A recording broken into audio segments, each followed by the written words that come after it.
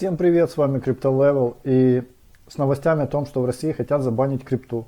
На рынке просто происходит паника. Люди массово начинают продавать свои активы вообще за бесценок. Почему я так назвал видео? Так как вы помните, были большие скачки монет.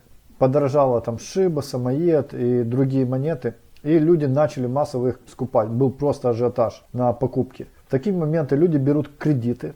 И, кстати, это говорю не я, это говорит РБК России. Это одна из причин, по которым Россия хочет запретить криптовалюту. В общем, многие потеряли в 2, то и в 5 раз на всех своих активах. И так как вы видите сейчас, как массово их скупали, эту крипту, также массово сейчас ее и продают. С очень большими потерями. И для многих биткоину пришел конец, так как эти люди уже на рынок никогда не выйдут. Поэтому я и решил подготовить это видео для того, чтобы показать вам, как входят в рынок успешные люди и как они ведут себя на таком рынке. Само собой, продавать крипту нужно перед медвежьим рынком, ну а скупать, естественно, перед бычьим. Но как понять, когда медвежий, когда бычий, если часть людей говорит одно, а часть людей говорит другое. И, как правило, часто они и те, и другие ошибаются. До недавнего времени рынок был предсказуемый. Лично меня подсадили на биткоин, когда он с 400 долларов вырос на 800. Меня подсадили в этот момент на майнинг. И до недавнего времени рынок был в принципе предсказуемый. Биткоин поднимался ровно вдвое, потом он стоил 1600 и так далее. И было это тоже за определенный промежуток времени. Это происходило раз в полгода, если я не ошибаюсь, как я помню. Ну и если мне кто-то хочет сказать, что ты несешь, открой график и посмотри на графики, то я хочу сказать, что в долгосроке все графики врут. Они показывают бред вообще полный. Так как я лично продавал Nexus, который покупал за 1 цент и за 2 цента, продавал его по 20 долларов, а в CoinMarketCap и CoinGecko показывают максимально 12-13 долларов. И так же самое с биткоином и со всеми другими альткоинами. Я начал этим спекулировать и покупал карточки тогда, когда биткоин падал, а продавал, естественно, на самом пампе. И люди залазили в кредит, впрыгивали в эту движуху именно тогда, когда надо было тормозить. И я не смеюсь с их потерь, потому что сам много потерял на этом. Я смеюсь просто с нашего менталитета, так как сам вот только недавно чуть на этом не попался. Я просто уже давно хочу купить CardStarter, и давайте откроем график. Вот график этой монеты, это хорошая монета, и я давно ее хотел купить, и как-то резко он начал расти. Я его хотел взять вот на этой отметке по 8 долларов, и сдерживал я себя из-за принципа, так как на пампе не надо покупать монету, это глупо. Потом он вырос еще выше, я уже успокоился, я уже понял, что это не по этой цене его точно брать не буду. И вот как вы видите, он резко начал падать, и сейчас я могу его взять по 2.87, и почему-то сейчас до сих пор его не беру, так как у меня интерес к этой монете пропал. Интерес у нас появляется к монете тогда, когда мы видим на монете иксы. И это неправильно покупать монету, когда она на самом пике. В общем, предсказывать биткоин я не берусь, особенно сейчас, но раз выпустили такие новости, извините, но я считаю, что такие новости выходят не без участия заинтересованных фондов. Это лично мое мнение, так как всегда плохие новости приходят на самом пике биткоина и сопровождают его до падения. Поэтому есть такой исход ситуации, возможен точнее такой исход ситуации, что биткоин будет продавливать дальше, ниже последней низкой отметки. Последняя низкая отметка, как я помню, была 28 тысяч долларов. Я бы, если проплачивал такие новости, я бы его уже давил бы на 25, на 20 тысяч. Но беда в том еще заключается, что они думают на шаг впереди нас. Если мы готовимся к цене биткоина в 25 тысяч долларов, то он свободно может пойти в рост в любое время. В общем, кто не знает, для чего это делается для того, чтобы подобрать биткоин по самым низким ценам. Также это делают для того, чтобы убрать лонгистов, шортистов, кто там любит фьючерсы, плечи всякие. Поэтому я никогда не советую работать с плечами. Я всегда считаю, что только спот может переждать любые ситуации, любые падения и любую консолидацию. Так как следующая наша отметка будет в 120-140 тысяч долларов, потому что он уже 65, по-моему, или 70 тысяч долларов стоил, значит, плюс-минус в 2 раза он должен подорожать, может даже больше. И я предлагаю фокусироваться только на этой отметке, а не на том, сколько мы теряем при падении тех или иных альткоинов. Так как если мы будем думать, куда пойдет биткоин, переживать за это, мы быстро перегорим. А тем более, если мы будем продавать и покупать наши активы на основе нашей интуиции. В общем, у меня у самого обесценились активы раза в 2-3, но я на это не обращаю внимания, и я хочу дать вам тоже пару отдельных советов.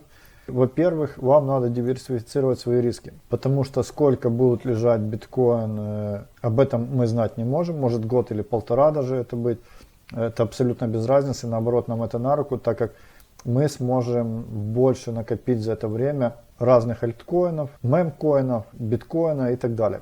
Ну, чтобы распределить риски, к примеру, у меня мои активы лежат на 5 или на 6 биржах с хорошей репутацией. Ссылки на эти биржи вы можете взять у меня в описании, так как это выгодно и мне, и вам. Мне это выгодно тем, что биржа мне платит тоже там какие-то копейки, какой-то процент за все ваши транзакции. При этом ничего не взимая с вас. Ну, а вы, естественно, попадетесь не на мошенников, а на настоящую биржу, так как и такие ситуации бывают. В общем, давайте я вам покажу пару своих примеров. И первый пример это биржа Hobit, так как на этой бирже самый выгодный стейкинг из всех бирж, которые я знаю. Если кто-то знает биржи с более высокой доходностью на стейкинге, чем на Хоббите, обязательно напишите в комментариях, буду вам очень благодарен. Смотрите, вот я пользуюсь стейкингом, вот T1 DeFi Farm. Это основной стейкинг на этой бирже, и какие тут плюсы? Вот заходим в мои активы, и мы, к примеру, видим, что у меня застейкано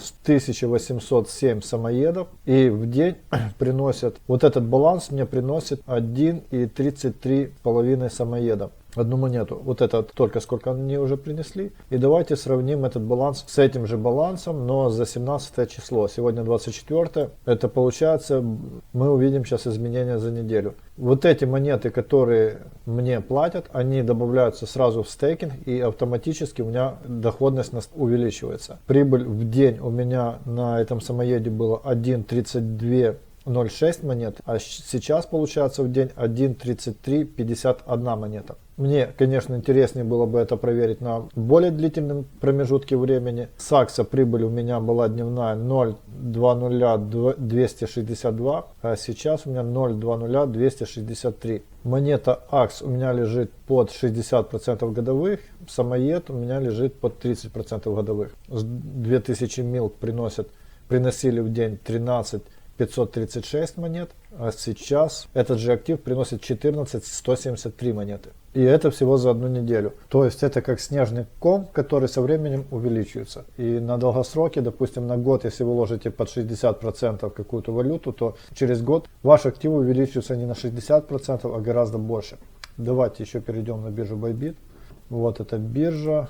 И вот, допустим, сейчас проходит стейкинг, вы ставите свои Bybit, а взамен получаете монету МВ 100%, под 100% годовых. Давайте посмотрим мою историю. Это буквально за дней 5. Вот у меня, давайте посмотрим мой актив. Вот, с 290 долларов у меня за 5-6 дней получилось 8.36, даже меньше, чем за 5. Ну, да, дней за 5. 8.36 долларов. Правда, не в монете Bybit, которую я стейкаю, а в монете МВ, в какой-то новой монете. Ну, мне без разницы, я ее все равно потом продам и куплю за эти деньги Bybit. Этот стейкинг тут не всегда, его, в принципе, возможно, в скором времени уберут. Но на Bybit всегда есть какие-то выгодные акции, предложения о стейкинге, либо лаунчпады, где можно нормально заработать денег, имея этот биржевой токен. И видео на то, как участвовать в лаунчпаде, как тут что-то застейкать, как застейкать деньги на Хоббите. Вот эти два видео, даже больше, я оставлю в описании. Там все пошагово, вы сможете пройти и тоже сделать то же самое. Также есть еще биржа Gate.io, я тоже видео оставлю в описании. Там, имея 100 их биржевых монет, мы можем участвовать в аирдропах. Их проходит 5-6 аирдропов в неделю.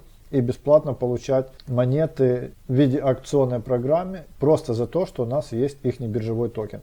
И таким образом вы будете не просто держать активы, а вы будете их постоянно увеличивать. И без разницы, там, куда идет там биткоин, пока он не дошел до нашей отметки, вместо того, чтобы их продавать, мы просто их увеличиваем. Ну и давайте я приведу вам пример, что делают люди, когда руководствуются эмоциями, когда идет хайп биткоина, когда люди видят, что на этом все выигрывают, проигравших нету, они начинают заходить в рынок приблизительно, давайте нарисуем, кто-то здесь, и уже вот на этих отметках они приобретают опыт примножения денег и считают, что они стали инвесторами и знают, что они делают. Берут кредиты, некоторые вообще, не дай бог, додумываются брать плечи на эти кредиты. Естественно, на падениях они спокойно не могут спать, и при незначительных корректировках, когда активы начинают восстанавливаться, они ненадолго вздыхают с облегчением, потом все повторяется, и кто-то сгорает раньше, кто-то перегорает позже, кто-то теряет деньги на фьючах, на плечах, на маржинальной торговле,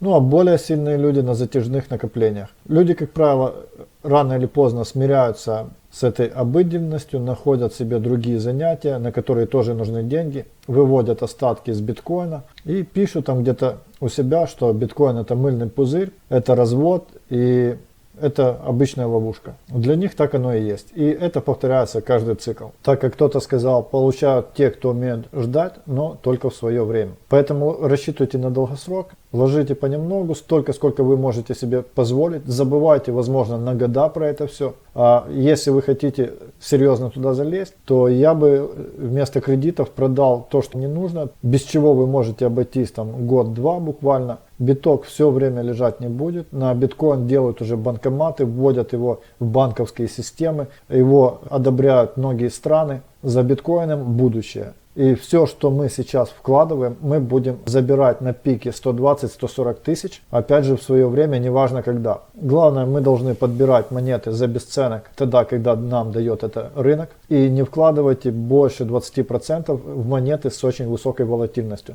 так как многие монеты не выживут при длительной корректировке биткоина. Но какие-то монеты дадут очень хорошие иксы, поэтому не вкладывайте все в одну монету. Разбивайте вот эти 20%, которые вы отдаете на монеты с высокой волатильностью, на множество разных монет. Я же в свою очередь буду стараться выкладывать актуальный контент с интересными монетами. Вы не забывайте подписываться на канал, ставьте лайки и увидимся в следующих видео.